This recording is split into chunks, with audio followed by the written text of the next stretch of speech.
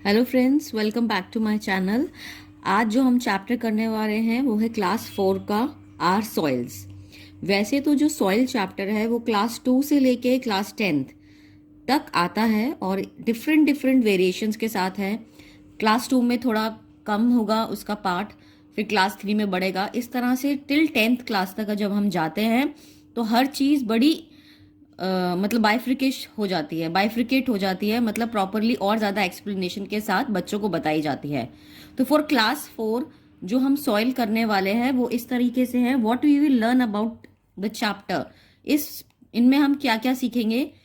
Importance of soil, यानी कि soil की महत्वता क्या है, यानी कि मिट्टी की महत्वता क्या है।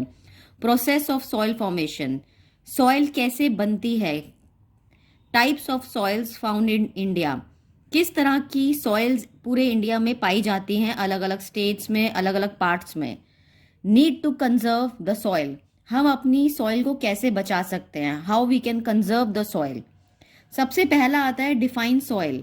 ये तो आपका सेकंड क्लास में भी डेफिनेशन होगी, फोर्थ में भी होगी, सिक्स्थ में भी होगी, ऐसी एट्थ में, टेंथ में, टिल 10th बस डेफिनेशन तो सेम रहेगी, थोड़ी बहुत ज़्यादा हो जाएगी अकॉर्डिंग टू द क्लास।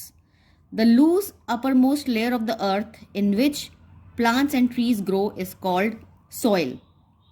यानी कि जो अपर मोस्ट लेयर होती है अर्थ की, जिसपे कि पेड़ और पौधे उगाए जा सकते हैं, उसको कहते हैं सॉइल। अब आती है बारी इंपॉर्टेंस ऑफ सॉइल की, यानी कि सॉइल की, मिट्टी की महत्वता क्या है, उसकी इंपॉर्टेंस क्या है हमारी लाइफ में। सबसे पहला पॉइंट है, it is an essential natural resource. ये एक नेचुरल रिसोर्स है और बहुत ही इंपॉर्टेंट है। It is the home to various organisms, यानी कि बहुत सारे ऑर्गेनिजम्स का ये घर है, कीड़े मकोड़ों का, बहुत सारे एनिमल्स का। इट फिल्टर्स रेन वाटर, यानी कि ये बारिश के पानी को साफ भी करती है। We are dependent on it for many things like food, clothes, medicine, utensils and construction material. अगर मिट्टी नहीं होगी, हम टोटली डिपेंडेंट हैं मिट्टी के ऊपर, क्योंकि अगर मिट्टी नहीं होगी ना ही तो पेड़ पौधे उगेंगे ढंग से, तो हमें खाना नहीं मिलेगा, ना ही हमारे को कपड़े मिल पाएंगे, ना ही दवाइयाँ जो कि बहुत नेसेसिटी है आज के टाइम में, जैसे लकड़ी के यूटेंसिल्स बनते हैं वो भी नहीं बन पाएंगे। और कंस्ट्रक्शन, यानी कि बिल्डिंग्स वगैरह बनाने के लिए जो हमें मटेरियल चाहिए होता है, वो भी मिट्टी ही सबसे ज़्यादा काम आती है। Now formation of soil, very important कि सॉइल कैसे बनती है। When large rocks break into smaller pieces, यानी कि बड़ी रॉक्स जो होती हैं, जब वो छोटे छोटे पीसेस में ब्रेक हो जाती हैं, उसके बाद then these piece further break down into sand and silt. जब ये पीसेस और ज़्यादा छोटे हो जाते हैं, यानी कि सैंड और स्लिट का शेप ले लेते हैं, ये हम आगे डिस्कस करेंगे कि स्लिट क्या होता है। This is carried to different places by running water and wind. जब ये छोटे पार्टिकल्स डिफरेंट प्लेसेस पे लेके जाए जाते हैं with the help of running water, यानी कि बहते हुए पानी की हेल्प से या फिर हवा की हेल्प से, तब बनती है सॉइल डिफरेंट डिफरेंट प्लेसेस पर। उसके बाद आता है टाइप्स ऑफ सॉइल्स। अब पूरे भारत में कितने तरीके की सॉइल्स हैं? देर आर 6 टाइप्स, 6 तरीके की सॉइल्स हैं। Alluvial soil, black soil, red soil, laterite soil, desert soil, mountain soil, ये है। फिर इसकी जो मैंने आपको यहाँ पे बताया हुआ है, ये देखिए, ये मैंने पूरा एक चार्ट बनाया हुआ है। अगर आप ध्यान से देखेंगे इस चार्ट को, इस चार्ट में मैंने हर एक सॉइल की फॉर्मेशन बताई हुई है कि वो फर्टाइल है, उस पर कौन सी क्रॉप्स उगाई जा सकती हैं, कहाँ मिलती हैं, वो कौन से इंडिया के किस पार्ट में ज़्यादा पाई जाती हैं, और उसके इंपॉर्टेंट पॉइंट्स कि वो किस चीज़ से बनी हुई हैं। सबका मैंने एक ऐसा चार्ट बना दिया है ताकि बच्चों को ये लर्न करने में ईजी रहे। ये बहुत ज़रूरी है कि इसकी इंपॉर्टेंस पता होनी चाहिए हर एक सॉइल की, कि कैसे बनी है, क्या है। कि सबसे मोस्ट फर्टाइल सॉइल जो हमारी होती है वो होते हैं एलुविलियम सॉइल। उसके बाद हमारी ब्लैक सॉइल आती है, जो कि महाराष्ट्र में जैसे पाई जाती है, ये पाई जाती है। एलुवियल सॉइल हमारी पाई जाती है northern plains and coastal planes में। इस तरीके से मैंने पूरा ये चार्ट बनाया है, आप देखते जाएंगे। इस चार्ट की अगर आपको कॉपी चाहिए तो आप मुझे मेल कर सकते हैं, मैं आपको भेज दूंगी। ये बहुत इजी तरीका है बच्चों को कुछ याद कराने के लिए।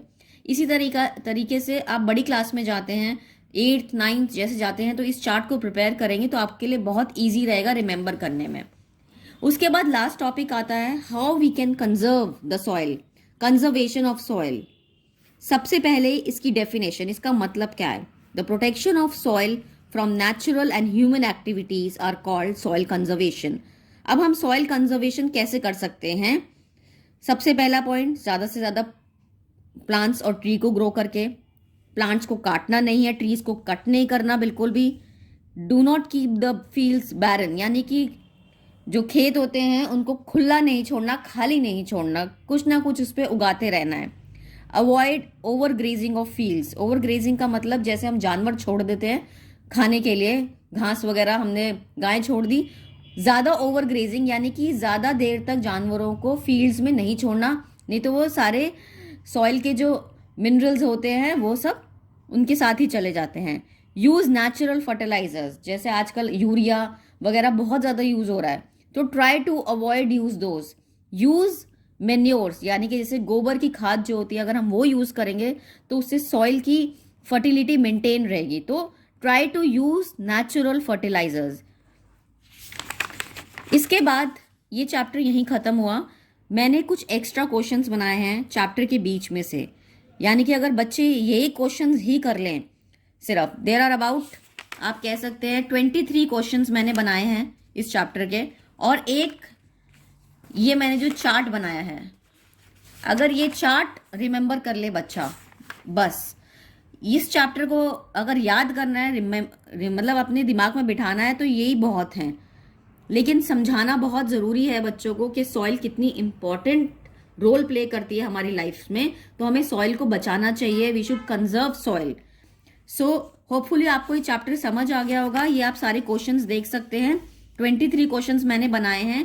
Please if you required these questions, ये आपको बहुत हेल्प करेंगे बच्चों को याद कराने के लिए। You can always mail me, आप मुझे मेल करिए twisha.tanush@gmail.com पे। मैं आपको इनके PDF शेयर कर दूंगी, जिससे कि आप इजीली बच्चों को ये लर्न करा सकते हैं। Thank you for now, take care and bye bye.